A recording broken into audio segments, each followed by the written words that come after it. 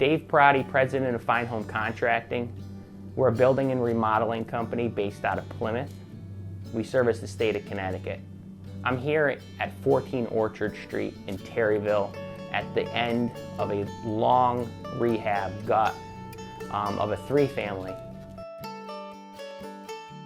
It took us over a year because we ran into some challenges. And the first challenge was the gut. The gut part of a 1910 house, you find multiple layers of flooring, walls, ceilings, and when you take all this stuff down, the structural part of the house is actually needs to be reinforced again if you're going to just put drywall back. Another challenge is insulation. We ended up having to spray foam part of the house because we couldn't get that R value that we needed.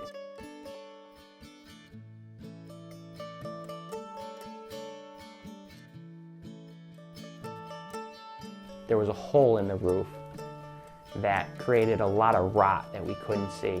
And we ended up having to take the back section of the house down and replace it, which pushed us over budget and pushed us over the schedule. But we're super happy. We're at the end here. We are going to be moving on to the next one, so stay tuned.